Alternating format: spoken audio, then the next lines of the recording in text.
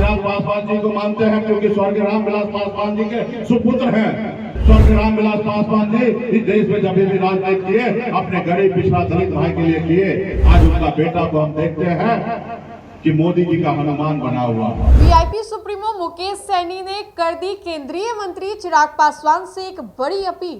कहा कि मोदी के हनुमान बने रहने से बेहतर है कि बिहार की जनता केंद्र की राजनीति में ज्यादा सक्रिय हो, दलितों के लिए स्वर्गीय रामविलास पासवान की तरह वो काम भी करे। आपको याद होगा कि अब से कुछ ही महीनों पहले चिराग पासवान ने सबसे पहला सभा जो है वो संबोधित किया था आरा के रमना मैदान में, और इसको लेकर के बड़ी संख्या में जो भीड़ है वो भी इकट्ठा हुई। और इसके बाद लगातार इंडिया गठबंधन और एनडीए अलायंस के जो घटक दल हैं वो चुनावी तैयारियों के बिगुल में लग गए, फूकने में लग गए। और ऐसे में आपको बताएं तो लगातार तेज प्रताप यादव भी दिखाई दे रहे हैं। चिराग पासवान हो, मुकेश सैनी हो, तेजस्वी यादव हो, सब एक एक करके चुनावी तैयारियों में रंगते हुए दिखाई दे रहे हैं। वैसे में आपको बताएं तो वीआईपी सुप्रीमो मुकेश सैनी ने एक बड़ा बयान दे दिया है। मंच से वीआईपी सुप्रीमो मुकेश सैनी ने केंद्रीय मंत्री चिराग पासवान को लेकर के अपील कर दी है। कह दिया है कि आप ये कीजिए, फिर उसके बाद जनता आपको बिल्कुल आपके पिता की तरह ही प्यार सम्मान करेगी। आप सुनिए क्या कुछ कहते नजर आ रहे हैं मुकेश सैनी और किस अंदाज में वो बताते नजर आ रहे हैं। याद रखना चाहिए, आज आप अपने आप को कहते हैं कि हम चाय बेचने वाले का बेटा है और प्रधानमंत्री बने हैं। अगर ये बात बोल रहे हैं तो ये संविधान का देन है कि एक चाय बेचने वाला का बेटा प्रधानमंत्री बना है। आप क्या परंपरा लाना चाहते हैं भाई? आप देश के अगले पीढ़ी को क्या देना चाहते हैं?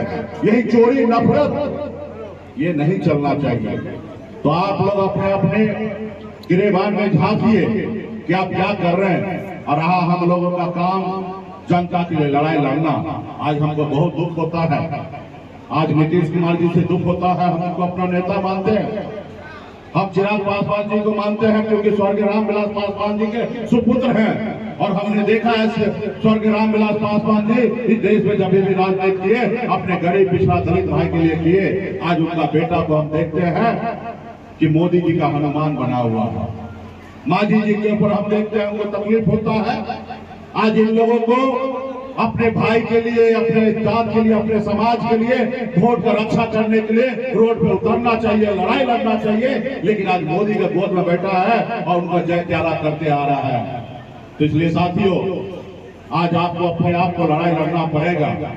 आप अगर इस देश के नागरिक हैं तो अपना वोट को बचाइए, अपना भी बचाइए, अपने दोस्त को, अपने अगल बगल, अपने पड़ोसी, अपने रिश्तेदार को भी वोट बचाइए। अगर वोटर नहीं रहिएगा तो कल आपको धक्का मार के बोलेगा भागो, आप इस देश के नागरिक ही नहीं हो। उसके बाद अगर आपके पास वोट गिराने का ताकत नहीं होगा, राइट नहीं होगा, तो आपका वृद्धा पेंशन खत्म कर देगा, आपका राशन कार्ड खत्म कर देगा, फिर आपको सुनेगा नहीं। अगर आपके पास अगर अपनी दौलत है, इस देश के अगर आप मालिक हैं तो मालिक इसलिए है क्योंकि आपको वोट गिराने का ताकत है। साथियों, वोट गिराने का ताकत है। तो आपने सुना मुकेश सैनी ने क्या कुछ कहा है। अब ऐसे में देखिए कि कुछ ही महीनों के बाद बिहार में विशेष चुनाव होने वाला है। बिहार विधानसभा का इस चुनाव को लेकर के सभी राजनीतिक दल जो है वो जोरों आजमाइश में लगे हुए हैं कि इस बार कैसे भी करके ज्यादा से ज्यादा सीटों पर वो जीत दर्ज करे। अब ऐसे में वीआईपी सुप्रीमो मुकेश सैनी लगातार कहते हैं कि आरक्षण जिधर मिलेगा मुकेश सैनी उधर ही रहेगा। मल्लाहों के लिए ये लगातार आरक्षण की जो मांग है वो करते नजर आते हैं। अब एक बार फिर से मुकेश सैनी ने जिस तरीके से बड़ी अपील की है लोगों से और साथ ही साथ कई बड़े बड़े नेताओं से भी कहा है कि बिहार की राजनीति में वो सक्रिय हो, बिहार की जनता के बारे में वो सोचे, ना कि किस तरीके से सीट पर काबिज बनाए रखे इसके बारे में सोचे। मोदी जी के गोद में जाकर के ना बैठे, नीतीश कुमार जी अचेत अवस्था में है, ये सभी बातें जो है वीआईपी सुप्रीमो मुकेश सैनी के द्वारा कहा गया। तो आप सुन रहे थे कि मुकेश सैनी ने क्या कुछ कहा। तो फिलहाल के लिए इस खबर में इतना ही। अगर आपको ये वीडियो अच्छा लगे तो लाइक करें, हमारे चैनल को सब्सक्राइब करें। बहुत बहुत शुक्रिया।